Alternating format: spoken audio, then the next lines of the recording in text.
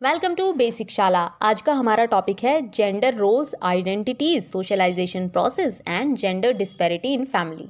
इसमें सबसे पहले एक इम्प्रेसिव आंसर तैयार करने के लिए शुरुआत करनी होगी हमारे कीवर्ड से। और कीवर्ड्स यहाँ तीन ही हैं, पहला जेंडर, दूसरा सोशलाइजेशन और तीसरा डिस्पैरिटी। तो वन बाय वन कर लेते हैं इनको डिस्कस। Number 1 is gender. इस शब्द का मतलब जानने के लिए पहले एक दूसरे वर्ड को डिस्कस करना ज़रूरी है, एंड दैट इज़ सेक्स। एक मेल एंड फीमेल बॉडी के बीच के बायोलॉजिकल डिफरेंसेस को सेक्स कहा जाता है, यानी वो चेंजेस जो नेचर ने दिए हैं और चेंज नहीं किए जा सकते हैं। हालांकि आजकल बायोलॉजिकल आइडेंटिटी को चेंज करवाने का भी ट्रेंड चल पड़ा है। खैर, अब आते हैं जेंडर पर। जेंडर वर्ड एक सोशल एटीट्यूड है, सोशल अप्रोच है टुवर्ड्स मेल एंड फीमेल।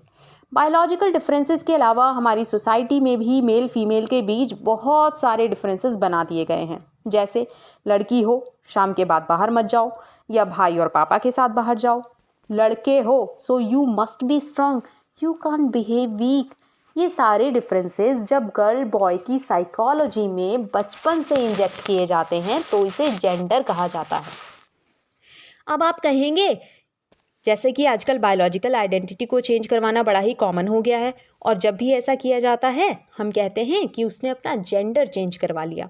वो इसलिए कि सेक्स वर्ड का यूज़ डिफरेंट कॉन्टेक्स्ट में भी किया जाता है, और इस मीनिंग को अवॉइड करने के लिए ही इसे जेंडर से रिप्लेस कर दिया जाता है। सेकेंड रीज़न ये कि जब भी कोई इंसान अपनी बायोलॉजिकल आइडेंटिटी चेंज करवाता है, जो कि बहुत ही मुश्किल सा टास्क है, उस समय वो ओपनली सोसाइटी की नॉर्म्स की धज्जियाँ उड़ा रहा होता है, सोसाइटी को ठेंगा दिखा रहा होता है, और सोसाइटी से जुड़ी हुई बात होने के कारण भी यहाँ जेंडर वर्ड यूज़ किया जाता है। सेकेंड की वर्ड इज़ सोशलाइजेशन। इसका मीनिंग सिंपल वर्ड्स में है getting into the society, learning the process of being mixed in society and creating our identities in our societies. और थर्ड वन इज डिस्पैरिटी। इसका मतलब है डिस्टिंक्शन, डिफरेंसेस, डाइवर्स या अलग होना और असमान होना। हमारा टॉपिक है gender socialisation and disparity in family, यानी फैमिली में यह प्रोसेस कैसे शुरू होती है और एक गर्ल एंड बॉय के लिए ये कैसे अलग होती है। सबसे पहली बात यहाँ हमें जो समझनी होगी वो ये कि जेंडर डिस्पैरिटी सुनकर सबसे पहले हमारे जहन में ख्याल आता है लड़कियों के साथ होने वाले डिस्क्रिमिनेशन के बारे में। पर आज इस टॉपिक को शुरू करने से पहले अपना ये एटीट्यूड एंड माइंडसेट ज़रा थोड़ी देर के लिए साइड पर रख दीजिए, क्योंकि ऐसा करने पर ही शायद हम इस टॉपिक के साथ जस्टिस कर पाएंगे। क्योंकि जेंडर शब्द हमें दोनों यानी मेल फीमेल की रिस्पॉन्सिबिलिटीज़ अलग अलग बताता है, यानी फीमेल के साथ साथ इसमें मेल को भी इंक्लूड करके हम आज इस टॉपिक की शुरुआत कर रहे हैं। तो चलिए शुरू करते हैं। बेटा बेटी के पैदा होने से पहले ही ये इशू और डिस्पैरिटी बनी रहती है। आज भी बहुत सी फैमिलीज़ में बेटे को इम्पोर्टेंस दी जाती है, और प्रेगनेंसी में ऐसी फैमिलीज़ की फीमेल पर एक अजीब सा साइकोलॉजिकल प्रेशर रहता है to deliver a baby boy. ये सीन वर्स तब हो जाता है जब घर में ऑलरेडी एक या दो बेटियां पैदा हो गई हों, तब तो ये प्रेशर और ख़तरनाक रूप ले लेता है। और ये बात भी हम सब जानते ही हैं कि लगातार 2 से 3 बेबी गर्ल्स डिलीवर करने में भी शक की निगाह से खुद फीमेल जेंडर को ही देखा जाता है। ये तो थी प्री बर्थ स्टोरी। अब थोड़ा सा आगे बढ़ते हैं। अगर कोई गर्ल अपनी फैमिली की पहली चाइल्ड है तो नो डाउट सबकी लाडली होती है। नेमिंग सेरेमनी, पूजा, हवन और सारे ही मज़हब के लोग अपने अपने मज़हब के अकॉर्डिंग रिचुअल्स करते हैं, इवेंट ऑर्गेनाइज करते हैं, गेस्ट आते हैं, बर्थडे सेलिब्रेट होते हैं। बट अगर यही लड़की फैमिली की सेकंड या थर्ड गर्ल चाइल्ड है तो ये सारा सीन नहीं नज़र आता है। नज़र आती है तो बस डिसअपॉइंटमेंट। अब आते हैं इन फंक्शंस पर होने वाली थीम डेकोरेशन पर, जिसमें अमूमन अगर लड़की है तो थीम कलर पिंक शेड्स में होता है और खूबसूरत डॉल्स थीम का हिस्सा होती हैं। वहीं बॉयज़ की कंडीशन में ये कलर और एलिमेंट कुछ अलग, जैसे डार्क कलर्स, स्पाइडरमैन, छोटा भीम हो जाते हैं। अब थोड़ा और बड़ा होने पर पापा बेटी के लिए लाते हैं डॉल और बेटे के लिए गन। हालांकि ये एग्जाम्पल बहुत ही कॉमन है बट इम्पॉर्टेंट है।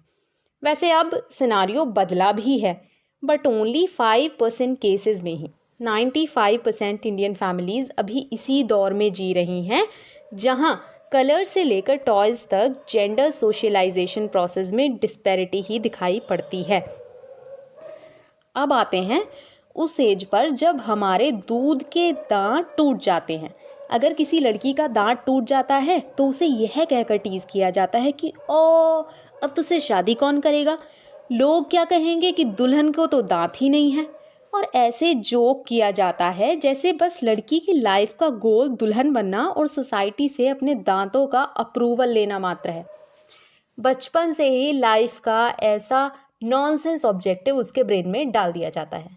पर क्या किसी छोटे लड़के का दांत टूटने पर उससे कोई पूछता है कि ओ अब कौन लड़की तुझसे शादी करेगी?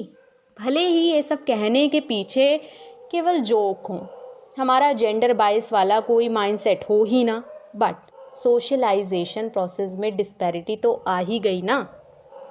अब आगे बढ़ते हैं। अमूमन फैमिलीज़ में ऐसा भी होता है कि बहन बड़ी होती है और भाई छोटा, पर भाई पूरा दादा बनता है, बहन को कंट्रोल करने की कोशिश करता है, नज़र रखता है और मॉम डैड को रिपोर्ट भी करता है, हालांकि बहन से मार भी खा लेता है।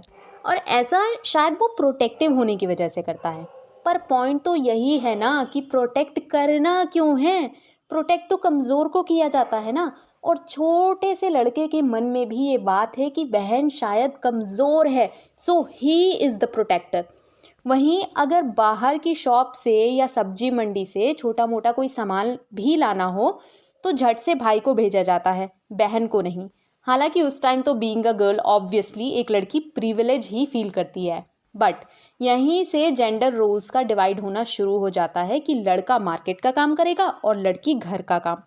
और देख लेते हैं, अगर घर पर कोई अजनबी आता है तो हमने अक्सर ही देखा है कि जनरली अगर पापा मम्मी दोनों घर पर हैं तो पापा उन्हें अटेंड करते हैं और मम्मी चाय बनाती हैं। फ्रेंड्स किसी के भी आएँ, मम्मी के या पापा के, चाय मम्मी ही बनाती हैं। और बस यहीं से लड़का लड़की दोनों के सोशलाइजेशन का जेंडर बेस और स्ट्रांग हो जाता है, यानी दोनों को अपनी अपनी ड्यूटीज़ का पता चल जाता है। अब थोड़ा सा और आगे चल लेते हैं। अब बात आती है स्टडीज़ की। अगर फैमिली सेल्फ सफिशिएंट नहीं है, बजट गड़बड़ है, तो कोशिश यही रहती है कि बेटे को किसी अच्छे इंग्लिश मीडियम स्कूल में पढ़ाया जाए और बेटी को हिंदी मीडियम में। आपने भी ज़रूर ही ये देखा होगा, क्योंकि बेटा तो हमारी एसेट है, इन्वेस्टमेंट है, लड़की तो पराए घर ही जानी है। वहीं हायर स्टडीज़ की बात आने पर भी लड़के को तो भेजा जाता है DU, JNU, IIT जैसे बड़े इंस्टीट्यूशंस में। वहीं लड़की को यहाँ भी लोकल कॉलेजेस से ही सेटिस्फाई होना पड़ता है। जैसे पहले दिन से ही मानो लड़की को तो ट्रेन किया जा रहा है इन लॉज और हस्बैंड के साथ एडजस्ट करने के और कमांड एक्सेप्ट करने के लिए। और इस तरह ये इशू सीवियर तब हो जाता है जब बात पहुंचती है इन लॉज पर। खैर, I think this topic is like a never-ending debate, and for one short and long question, this discussed content is enough, and you really can score well by including these examples in your answer writing. ऐसे ही किसी भी BEd, M.Ed, BTC topic पर videos के लिए आज ही comment करें हमारे कमेंट सेक्शन में। नेक्स्ट वीडियो में हम बात करेंगे gender socialisation and disparities in school पर। तब तक आप कहीं जाइएगा मत, देखते रहिए बेसिक शाला।